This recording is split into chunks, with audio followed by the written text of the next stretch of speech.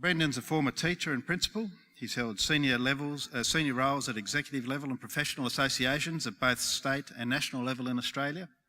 He's an acclaimed Australian educator, speaker and coach, a Growth Coaching International accredited executive coach, and he works with a range of senior leaders from business, education and elite sports. His presentation today is Heart Smart, Fit for Purpose, Leadership in Fast Times. I welcome you to the conference, Brendan. Thanks, Bob.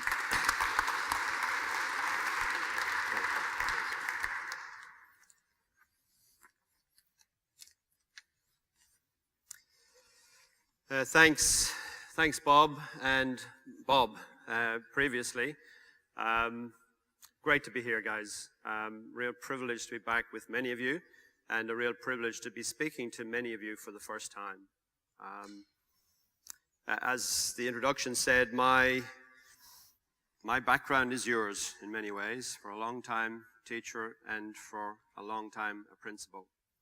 But in the last few years, my professional life has taken a different path.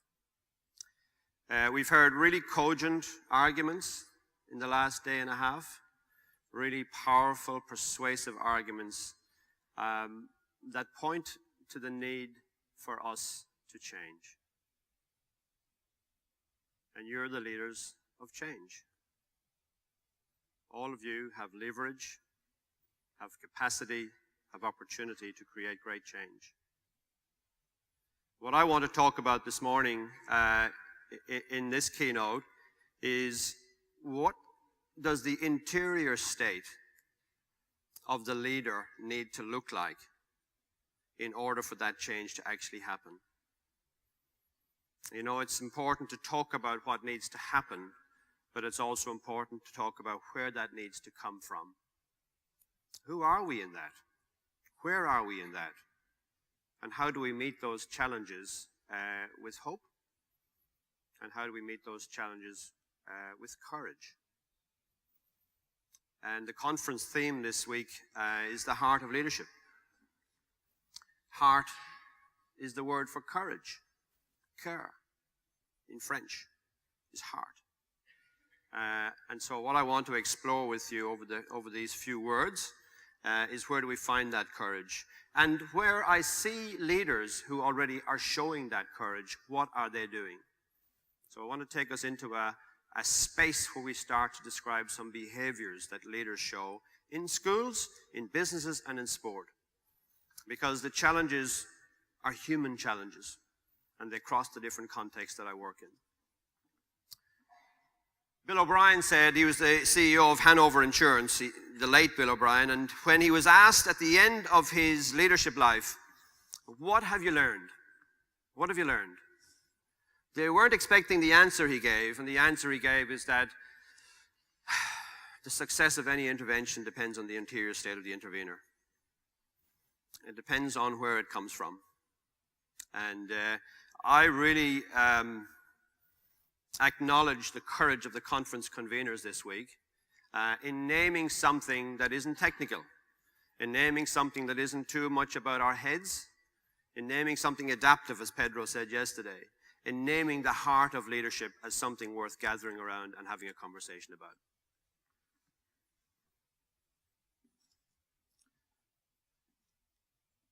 My own professional footsteps, as I said, are really yours. I understand that principalship is the best job in the world in many ways, with some of the worst days imaginable. It is an extraordinary privilege, it's an extraordinary responsibility, and there's always a tension in principalship between what we've done and what we could have done. But my professional footsteps, I haven't done anything in the last few years that was, my training is your training. And while I work now 40% of my time in elite sport, and 40% of my time, thankfully, still in education, and about 20% of my time in business, who I am comes out of the same space. I was vice president of APA for a couple of years. Don't think I did anything glorious. I don't think I left a massive legacy there. But I've walked the journey that you've walked. But why I'm doing what I'm doing now, leadership is always a journey of the heart. And sometimes it's a journey away from your heart. And I came about 7 years ago to a moment when I realized that I wasn't there anymore. I wasn't there anymore. And the moment really came, as many moments come for me, from the wisdom of a child. In fact, from the wisdom of one of my own children, my son Kieran. Kieran came home, he was a young man, he's 19 at the time. He came home from work, from uni one day, and he said, "Dad, can I ask you a question?" And I said, "Sure, mate, fire away, bring it on. This is the place of answers." And Kieran said to me, "Dad, I feel I have a lot of fun in my life, but I don't feel I have a lot of joy." And his question was, "What can you tell me about the difference?" I feel I have a lot of fun in my life, but I don't really think I have a lot of joy. What can you tell me about the difference? You know you're in trouble, don't you, as a parent, when you get one of those? I said, "Oh, gee, Kieran, I'm not really sure I understand what you're asking me. Tell me some more."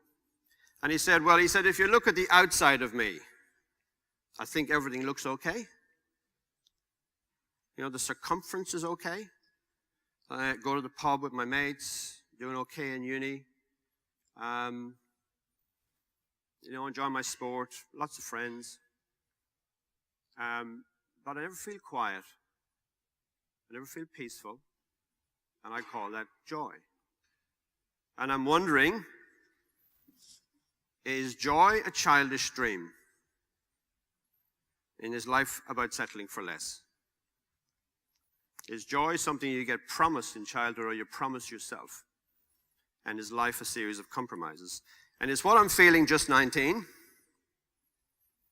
And if that's the case, just tell me, because that's okay. If this is the pattern, that's okay. But is it possible still to be a man and to be joyful? And I don't know really how you hear that, but at the moment that I heard that, they say when the student is ready, the teacher appears. When I heard that question, it completely flipped my personal and professional thinking about how I was living my life. Is joy a childish thing? Now, it's a first world question. Our hearts are broken a week ago. We watched a child who should have been in our schools washing up on a shore dead. The world is creating results none of us want. And Pedro made a magnificent exposition of the social divide that we're allowing to happen. And Bob's just done the same for the ecological divide that we've allowed to happen. We don't want that. And we're allowing it to happen. I think there's a third divide, and I think a lot of this proceeds from there. I think we're divided against ourselves. I think there's a spiritual divide. I don't think the source of our actions is clear to us. As principals, as teachers, and we're all teachers here too, we all report to the children. We sometimes think we report to the government and so on, and in some ways we do. We report to the kids. I come from Ireland originally, as you've probably guessed. I lived in the Troubles, in Northern Ireland during the Troubles. I lived on the border, and I saw some of the worst of what was happening there. And thankfully, I've lived in Australia since 1988. Thankfully, in the time that I've lived here, some of that at least has resolved. And I really believe, when I look at it, that in part why some of that resolved is because the leaders became grandfathers and didn't have the appetite, didn't have the heart to do to their grandchildren what they had done ideologically to their children. We all report to the children. We know the issues. We don't have to talk about the problems anymore. The problems are well described. We have the information. We need to find the source, though, inside each one of us of the change. Business world, they talk about these times as VUCA. You know, if you can read VUCA in the Harvard Business Review. The times are volatile. David said it yesterday. The times are volatile. The times are uncertain. Stop waiting for it to clarify. It's not going to be certain. These times are here. The times are complex and the times are ambiguous. Otto Scharmer says we live in an age of disruption. Again, the term has come up a number of times this week. We live in an age of disruption. Things are disrupted. And we are collectively creating results that nobody wants. So don't propose to spend too much longer explaining and describing that, because I think it gets us stuck in a puddle of lament. And we need a basis for action. We need a basis for action in our leadership. We need a basis for action in our schools. I'm not going to give you information, because information isn't knowledge, and knowledge isn't wisdom. And I firmly believe, and I think it's showing up in the leadership literature, that wisdom is back in leadership. There was, for a long time, you became a leader through wisdom. And the indigenous wisdom, the indigenous way of choosing leaders and elders was through wisdom. But, you know, over time, we've separated that a bit, and we became very managerial in our leadership sort of thrust, and things have changed over time. The problems we have created, the issues that we are facing, the challenges that we are facing require wisdom. They don't require more information, and they don't require more knowledge even, personal knowledge. They require more wisdom. We need to act in wiser ways. I see in schools, actually in all three settings, I see sort of 4 basic leadership responses, and 3 of them are not that flash. I see people giving up. Good people. Hard-working people. Smart people. I see people giving up, saying, it's too much. Can't do this, the pace of change, da-da-da-da. I see people trying to keep up. You know, like synchronized swimmers. You know, get the clip in your nose and get your hair done up nicely. You know, a couple of little glittery things on your face, and just try and smile through the day and keep up. While underneath the surface of all that, there's an enormous amount of energy in staying buoyant. I see people trying to speed up. If I could somehow outpace the times, if I could run past the change and get ahead of the times. I see some schools that are hyped up, and I see people who are able to still stand up, who get up and stand up and say, no, I embrace the times. I'll be hopeful in these times. And those people interest me.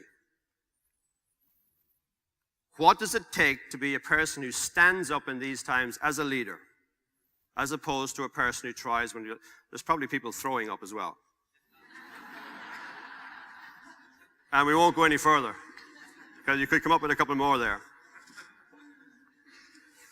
One of the, at the moment I'm working, I do a lot of work in New Zealand with high performance sport. And I'm working at the moment with a group who have got the data around winning Olympic campaigns from several countries over the last number of Olympics. And they've analyzed the data and the transcripts of interviews at those campaigns and said, and they've found 9 things that winning campaigns pay attention to. 9 they're not a recipe. Anybody who offers you a recipe is a snake oil salesman. There's no recipe for this. That's the point about VUCA. It's not a recipe result we can depend on. But there are approaches of merit. 9 things that Olympic campaigns that win do, that Olympic campaigns that don't win do differently. And so when I was looking at the keynote for you guys, trying to think, well, you know, what can I offer? I mean, you're me, you're my peers, you are the people that I understand. I know the nobility of your task well, and I know the loneliness of your task well. You know, I felt it. In fact, one of the things I don't miss about my principalship, I miss much, I don't miss the visibility. You know, the end of every assembly, Mr. Spilane, would you like to come up and say a few words? And your head is saying, no, I'd hate to come up and say a few words. But your feet are going there anyway. I mean, you guys it's a noble task.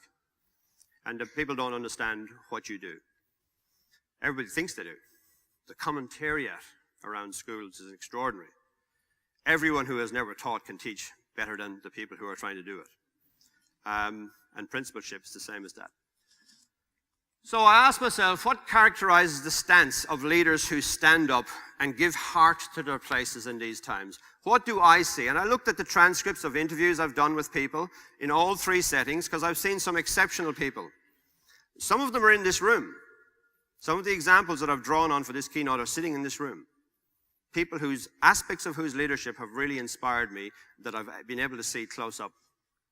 What characterizes the stance of leaders who successfully stand up in these fast times?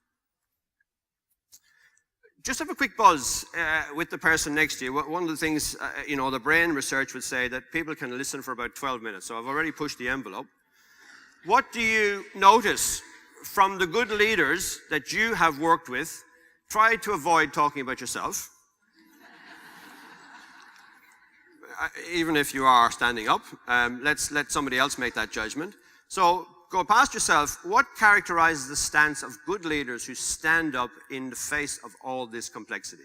Just a minute or two with the person sitting next to you. If you haven't got someone sitting next to you, Danielle, have a conversation with yourself. It won't be the last time you do that as a leader. So.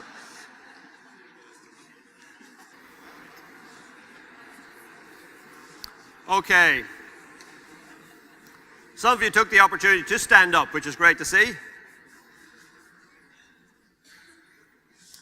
You see, the source of our actions becomes visible in the stance we take.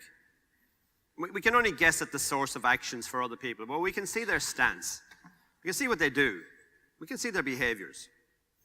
And so stance points to source. Where is this person's leadership coming from? Stance points to source. The things we do point to what we feel and what we believe. I came to the notion of stance. It's really fascinating me now, because it's the sort of place where the interior comes into the exterior. It comes through in our stance, in how we all take a stand every day in front of our people. And we lead them from where we stand. We meet them, we lead them from the energy stance that we take. I was sitting on a plane heading for New Zealand, and had a lovely seat on the plane for an introvert. At the window, there was a guy in the third seat who didn't want to talk to me, which suited me great. It was fantastic. And there was an empty seat between us. So I'm sitting there thinking, oh, this is great. Melbourne to Wellington, 3.5, 4 hours on my own. Visibility minus. So I can just sit here, read a book, look out the window and think lofty thoughts, do whatever I want. And the last guy onto the plane,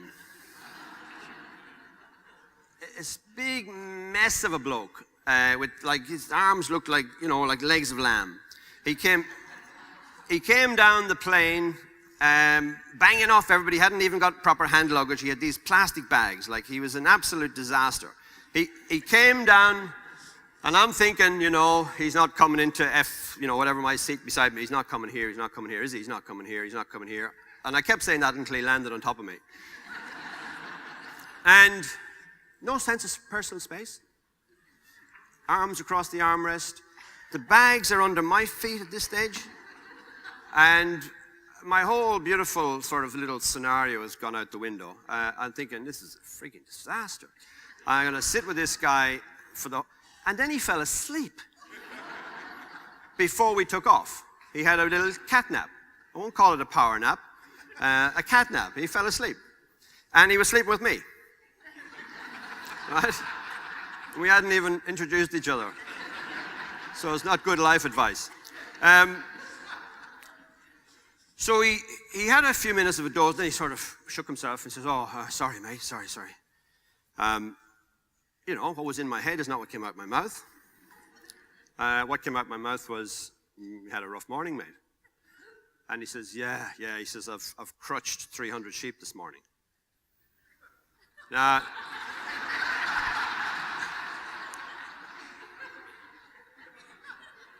because we had slept with each other, I knew he hadn't been home. And I was getting worried about what was in the bags. So, again, what came out of my mouth wasn't what was in my head. What came out of my mouth was the brilliant question, are you a farmer?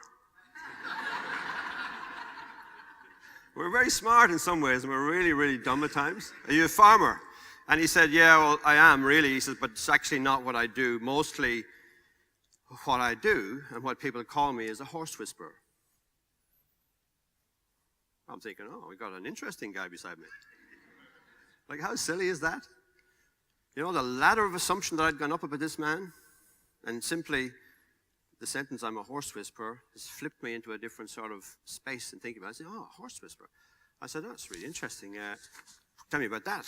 And he said, oh, well, he told me, you know, the wisdom of people on the land, often, I know it's more mechanized nowadays, but the wisdom of people on the land, they often talk in a different rhythm. And they understand the growing and the seasons.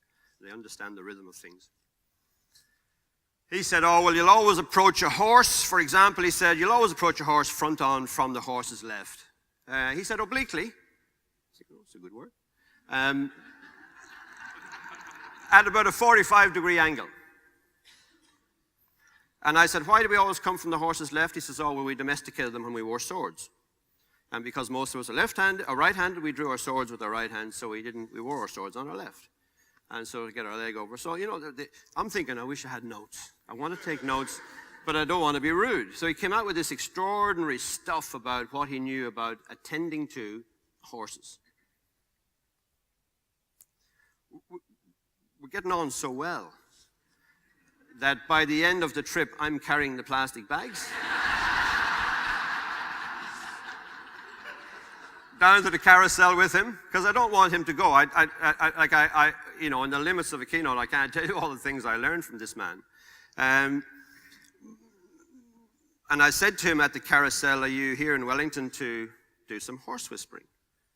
And he said, no, I'm here to meet a woman. We need to decide if we're going to be in a relationship with each other. This guy was my own age, 56, so he was no spring chicken. He says, we've known each other for a long time, and now we need to make a decision. So I said, my friend, that is a whole different kind of whispering.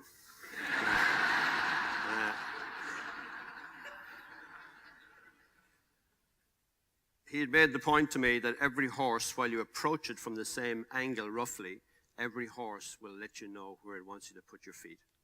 It'll actually tell you, if you watch the horse, where it's comfortable for you to stand. And the whole issue of how conscious are we, how intentional are we, and where we put our feet in front of people came out of the conversation with that horse whisperer. Don't know how he went in Wellington that day or that week, but somewhere in Wellington there was a horse whisperer whispering to a woman. You know, though, where I was going that week was to a coach accelerator program, a program with New Zealand coaches, a eclectic group of coaches, and they put them together in small learning cohorts. And the way they teach them empathy, it's a 3-year program, but the way they teach them empathy is by making them build a relationship with the horse. Because these coaches often have come into their roles as athletes and so on, it's been about them. In order to try and teach these people to attend to another being. In our case, we need to attend to human beings. But even to attend to a being who can't speak back to you requires a totally different stance and a totally different sense of the other. And it's the day they always reflect back on, when they reflect back on the program, the day we realize that what another person experiences is not necessarily what we intend. The day we realize that it's important that we take our stance intentionally and well. So, I got a glimpse recently of someone I asked a group of people to name someone who took their stance really, really well, who had great impact on them. It's a high performance area again. And they said this man, Paul, he's the one. He's really influential with us. And I asked Paul to take an hour in a day's workshop that I was doing with them on influence. And I said, Paul, just talk to us about how you go about your work. Because you're not a person trapped in intention. You're a person whose impact matches their intention. Because that's what your colleagues have told me. And when Paul stood up in front of those 50 high-performing people, and I see high performance I see high-performing school principals and teachers, I see high-performing business people, and I see high-performing athletes and coaches. And the pattern's very similar across the three. High performance is not about what you do, it's about how you go about it. High performance is about your attitude. It's about your proactivity. It's about your habits. And Paul stood up. He does hard work. He has hard conversations. He tells people they're not going to Rio. And he said, if I can't do my work under this spirit, I can't do my work. And his stance and the source of his stance became really obvious to everyone in a flash. He said, everyone is fighting a battle that you know nothing about. Be kind always. It wasn't what they expected. But very, very quickly, in the hour that he spoke to us, we realized that we were dealing with someone whose source, someone whose instinct for leadership, someone whose humanity, someone whose capacity to connect with other human beings was so strong that the stance they took, even in hard things, was really obvious and really aligned. Everyone is fighting a battle you know nothing about. Be kind always. He said, I never want to lose sight of what it would be like to hear what I'm saying. I never want to not feel that I have some sense of what it's like to be the other person. The physio who's not going to Rio, though they've put 4 years of their lives into training the groups to go to Rio. Everyone is fighting a battle you know nothing about. Be kind always. Leadership is always a journey of the heart. The heart is the connective tissue. The heart is the thing that keeps our places okay, that keeps our places well. And I know in education in the last number of years, many of you have told me we've become more and more more and more technical, and we've been forced in many ways to run past the heart of things. We know it's not good enough, and we're not sure what to do about it. So let's have a look at some of the characteristics of people who I see. Now, I've put this together from, I've worked in hundreds of places, guys, but I'm not going to give it I'm not a researcher. Other than, life is research, I suppose, but I'm not an academic. I don't want to give this a status that it doesn't deserve. These are field notes. These are observations from the field. When I watch people standing up, what do I see? One of the things I see is a really interesting lack of ego. I see people who know it's not about them. They're about it. Your life is not about you. You're about life. Your leadership is not about you. Their energy is going out, it's not coming in. It's not all the time about collecting, gathering, It's not a doing energy, it's a being energy. Otto Scharmer talks about this, that the world will start to step up, Pedro will start to step up, Bob, Julia, David, the world will start to step up when it makes the journey from ecosystems to ecosystems. When we start to make the journey from ego to eco, and we're starting, we have a chance. They're not that kind of leader. That's old-fashioned now. You need it in a crisis. Unless you're locked in perpetual crisis, and some people tell me they are, you don't need to be the great figure who knows everything, who's surrounded by professional pygmies. Have I got a vision for you? I've thought about it on the weekend. Guys, I'm hoisting the flag here. Salute. Nobody's following that. Unless you've noticed, if you haven't noticed that, a person who's leading like that's just out for a walk. There's nobody behind them. Leadership is different, but if you continue the chess analogy, it's more like this. It is different. You've got responsibilities that are hard. You can't shake off your responsibilities. It's lonely. It's not the same. Like I used to know as a principal at the end of a bad week, at the end of a good week, I could go to the pub maybe with the staff and maybe stay for a drink. But then you had to leave so they could all get on with telling each other how stupid you were. And in a bad week, you didn't even go there. So leadership is different. Got to the point where I started to tell myself in the morning when I was brushing my teeth just to get it over with. You're an idiot. Get ready for it.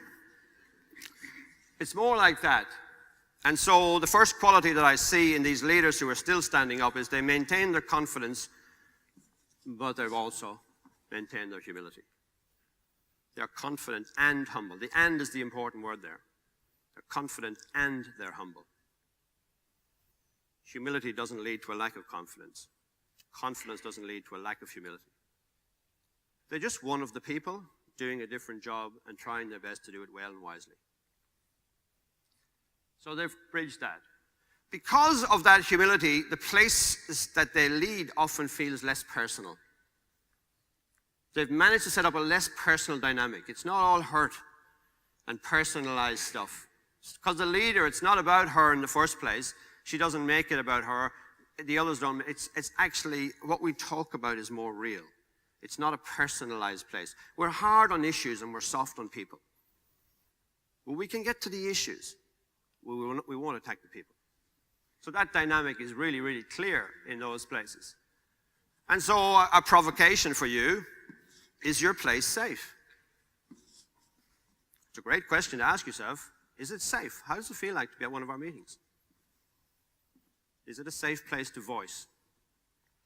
Have I created a container, as Bill Isaac says, that makes people feel safe to talk? A child won't learn when the child's not safe. Teachers won't talk when the place is not safe. And how do you know? How do you know? Because you're not the best test of that yourself. Your intention is safe. But if the last two people who asked the question turned up as your breakfast, the place isn't safe. You can say, oh, I want risk-taking. Every now and again, I'll just execute someone.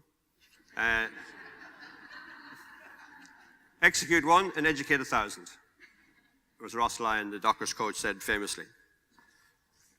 The second quality that I want to say that I notice in a lot of these leaders who are standing up is they don't make the mistake of thinking their intention is their impact. You know, it puzzles me that I interview these leaders at times and they've got a beautiful intention. When you talk about what they want, I walk away so many times thinking, what a woman, what a guy. His intention or her intention for their place and their work is absolutely magnificent. And then I get the opportunity at times to interview their staff. And you hear a different story sometimes. You know, she's told me she's a people person. I'm a people person. They tell me that she's wading through gore, the victims that she has filleted in the last week. Why such a gap between intention and impact? Now, I'm very much of the belief that we should work on our intention, but I'm very much of the belief we should interrogate our impact too. We need a good vision. You need to be, you know, it's a disaster to lose sight of the stars. That's what the word disaster means. To become separate from the stars. Aster is stars. This is separate. And so when sailors lost the stars before you know, navigational tools were very good, when sailors lost the stars, sailors lost the boat. So we do need the stars. You do need vision. But don't think that because you have the vision, the intention, that your impact is the same. And we need to find good ways to interrogate our impact. You know, the feedback loop between leaders and followers is often broken or delayed so much that we don't get genuine feedback. And all of us, I trap myself in it at times. We end up living in a hall of mirrors where we think we're going okay, but it's not what people feel. So, these leaders work both from the inside out, and my son's question was really asking me sort of, you know, from the outside in, I think everything is okay, and that's fine, but from the inside out, it doesn't quite feel the same. And these leaders both have managed the "and" part. The "and" is an important word on these bridges, these dichotomies, because it's not just from the inside out that we need to work, it's also getting feedback from the outside in. And in that dialogue, there's genuine richness and there's genuine learning. What is it like to be led by you?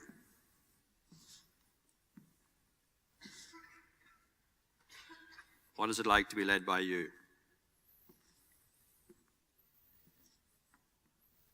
I think, Pedro yesterday asked the question, will you have your child in that class? What is it like to be led by you? And how do you know? The average person, they say, somebody's gone to the trouble of measuring the number of words we speak in a day. I think 16,000 words or something like that is the average. It wasn't done in Ireland, the research. And I think about 12,000 of those words are spoken to the same inner circle. Your partner, if you still speak to your partner, and a few people that you speak to a lot. And the rest of the time is the outside circle. And there's good feedback in the outside circle. The third thing I want to say is, I notice in all these places, I wasn't expecting this one, they're quick planners. They don't spend enough, they're not locked in gridlock, endless cycles of bloody planning for things that are never going to happen. They're quick to plan and they're fast into action. They move to action quickly. And they don't try to get it right, perfect. The world is not perfect anymore. It never was. But VUCA says you can't be certain. You can't be, it is going to be complex. It's going to be messy. Like we're sitting in Hobart at the moment. The Sydney to Hobart is it's a famous yacht race for anybody who's not from Australia. Now we need to have Hobart as a destination. Otherwise it'd be the Sydney to see you later. How's that going to go, right? We do need Hobart, we do need targets, but then we need to focus on process. And we need to iterate. The yachts don't just go from Sydney to Hobart, they tack. They take the waves, they take the weather, they take the speed of their own boat, they tack.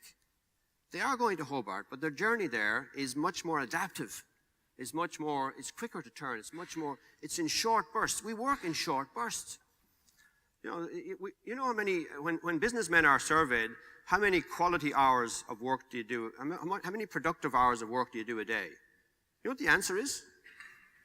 3. We do about 3 hours, on average, productive work a day.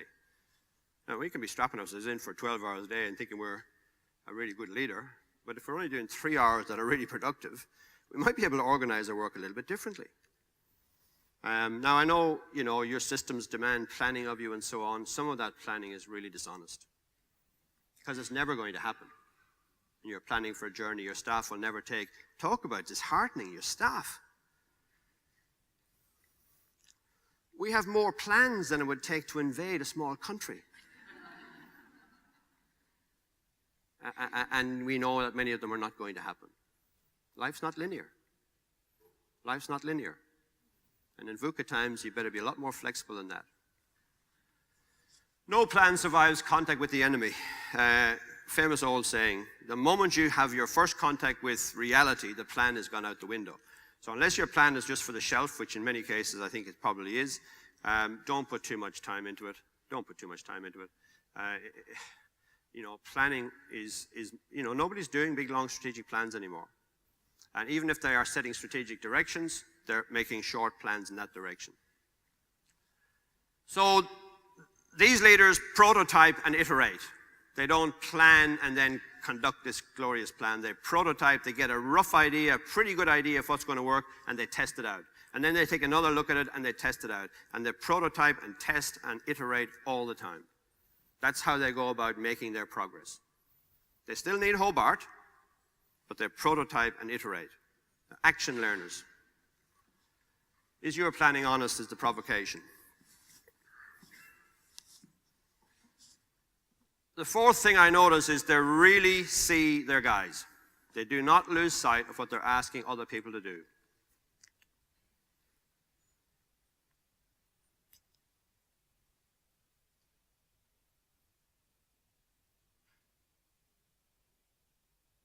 I love teachers. My heart is a teacher's heart. I think they got the toughest job in the school. I think they got one of the toughest jobs in society. And it breaks my heart when I see teachers hurting teachers. When I see us, teachers, asking things of the good men and women who cross the thresholds of their classrooms every day and ask them to do things that we know we couldn't do.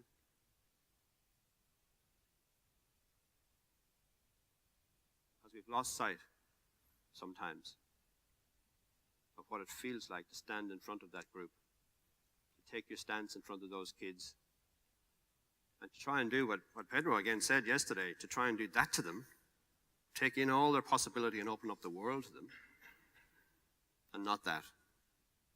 Take in all the possibility and tell them who's smart.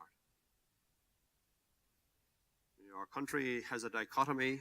We have the Melbourne Declaration. I'm not sure if that says the life chances of children. It wants that.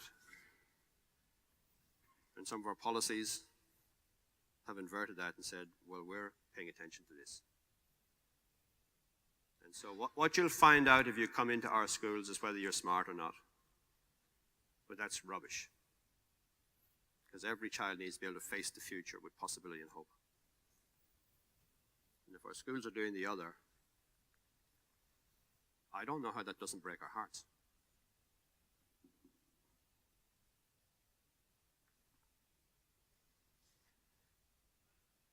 What teachers tell me, and I'm sure they're telling you as well, I'm not thinking I've got any trade secrets here, guys. You guys, lots of you I know, and you're very strong leaders and you're very connected to your teachers. What teachers tell me is they feel like air traffic controllers with too many planes in the air. And no real sense of which ones they're able to land or what the order of priority is. And they say, and you know what we do every year, the beginning of every year? We come in and we say, yippee, we've got 3 more planes going up this year. And we know we haven't done the things we need to do as well as we should do them.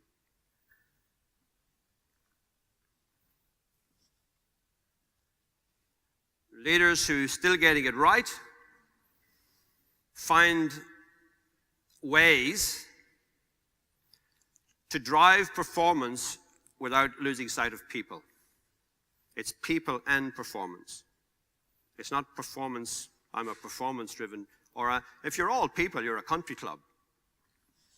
You know, use the 80-20 principle here.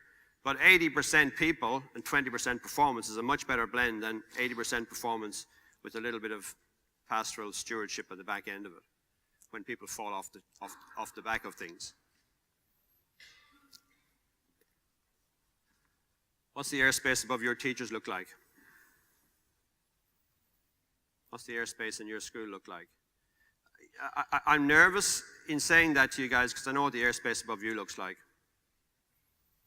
And I know that what we're talking about not doing to our teachers, our system should be talking about not doing to our schools. Because the airspace around principals is pretty hectic too. The 5th thing, these leaders understand that these times require the genius of the group. I mean, leaders grow leaders. You want a simple definition of leadership. Leaders grow leaders. They're secure enough to allow other people to lead. They're secure enough to create the conditions for other people to be great. Teachers need to grow kids. They need to grow leadership in kids. But we need, the first class in every school for a principal is the staff. You know, if the staff aren't okay, the place is not going to be okay. And in Yves Morieux's sort of phrase, I see lots and lots of places now who have managed to increase the quantity of power. Not give your power away, increase the quantity of power. Let more people in to the decision. Get the genius of the group. Lead from where the gifts are. There are other people with gifts.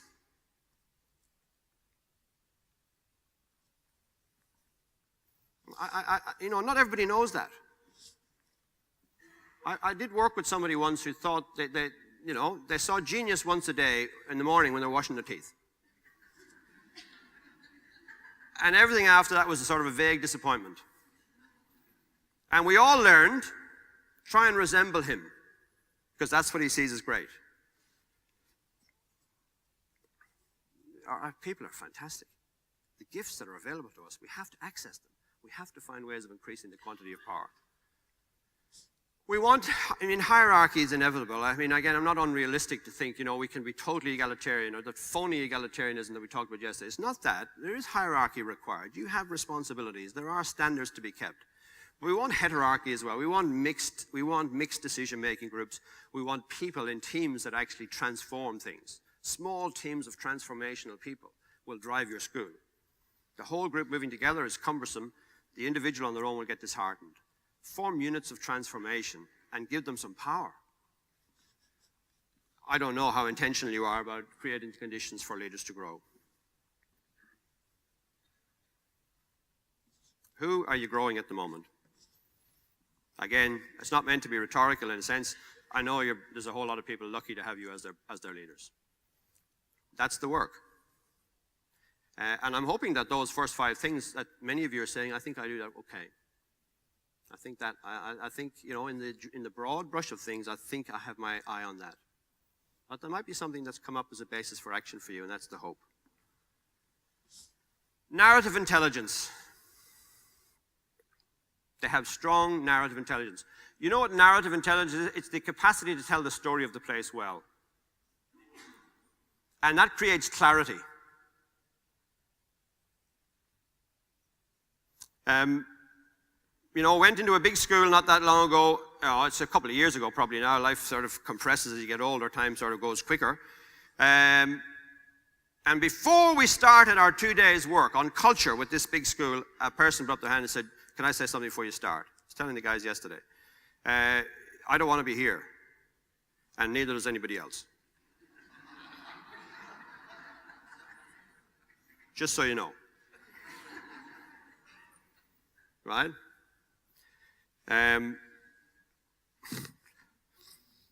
By the end of the 2 days, I didn't want to be there either. It's not a happy story. He walked out just as unhappy as he walked in. You know, you get the days you deserve. What his point was, though, and he had a good point, is that we don't understand why we're here. We keep getting parachuted into professional development that we can't see connects to anything that we care about. And he said, I wanted to say it to you at the start so you didn't think it was personal. Thanks very much. And the principal and the deputies had introduced the day and then shot through. And this staff had had a succession of professional learning days with wonderful people that they didn't understand. And they were tired of being asked to make the pieces of a jigsaw that they'd never been allowed to see the lid of. Because their principal didn't have narrative intelligence, wasn't able to tell the story in a clear enough way to make people want to be there, inspired to be there, happy to be there, and committed professionally to being there. They were all over the shop. So we need narrative clarity, and data won't do that. Data is critical, but data on its own, data needs a soul, and story gives data a soul. You talk to me about numbers, that'll be useful. You talk to me about Emma, that'll get me going. Human beings are storied spaces, not numbered spaces.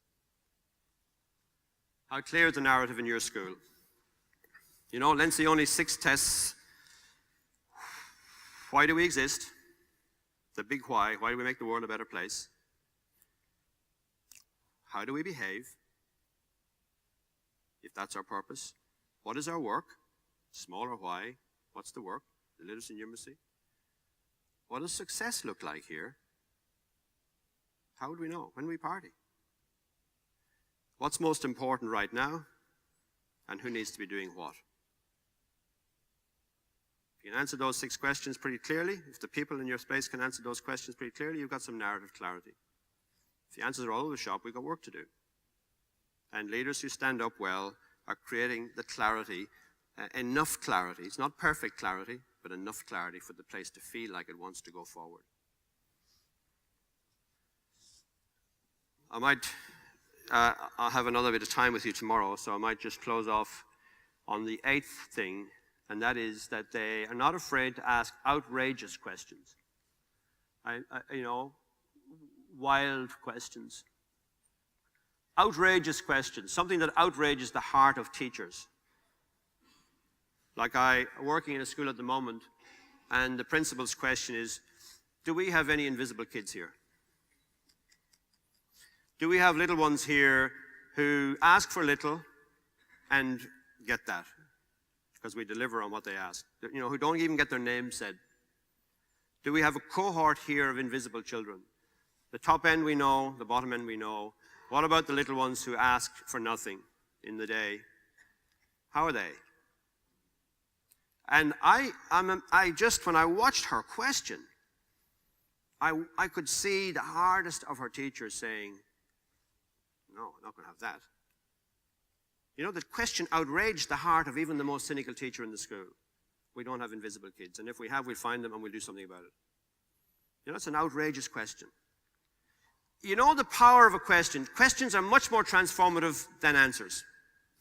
Life's full of questions, idiots are full of answers, Socrates said. Questions are much more transformative than answers because questions connect us. Answers can separate us. Questions connect us. You get a question like that in front of a staff, you watch connection starting. Because none of us came into this profession to have invisible children.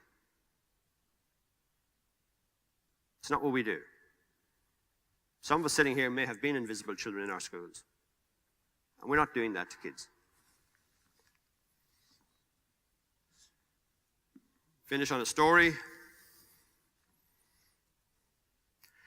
How questions can transform. IDEO is a design thinking company. I love design thinking because it starts with the end user.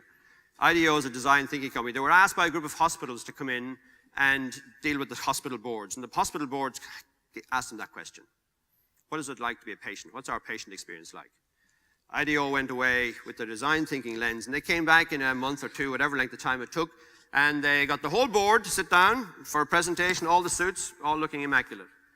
And they showed a video of a ceiling. For about 5 minutes, longer, probably 8 minutes, the suits watched the ceiling. And the ceiling finished, they put off the video, and the consultant stood up and said, when you're a patient in one of your hospitals, you spend a lot of time looking at the ceiling, and it's a really shitty experience. And sat down and sent the invoice.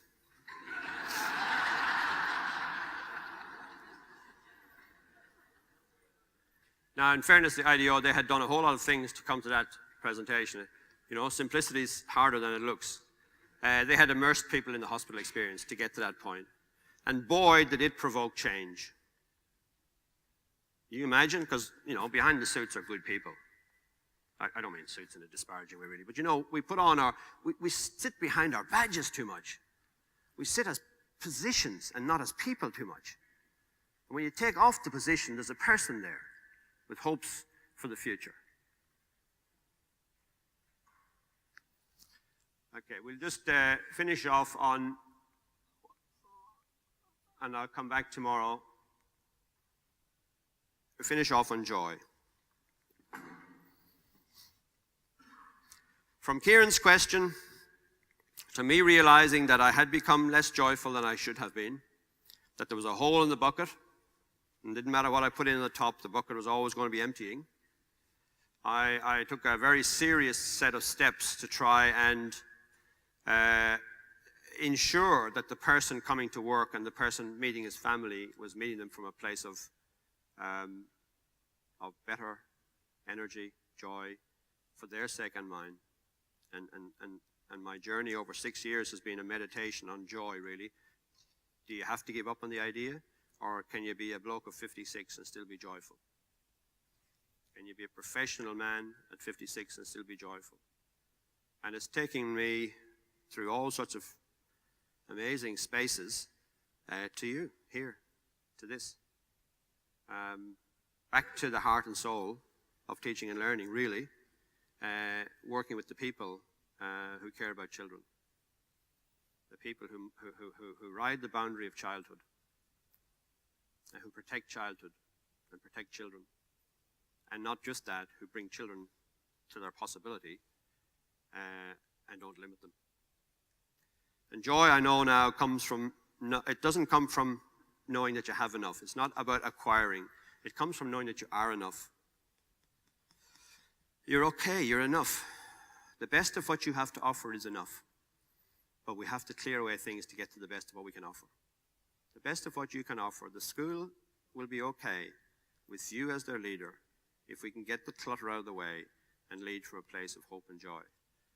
When we know that, we find the generativity to lead people with true generosity of spirit. And we begin to see again that we're all kin. We're all family. And beneath the surface of our differences, there are far more things that connect us than there are that separate us. Thank you.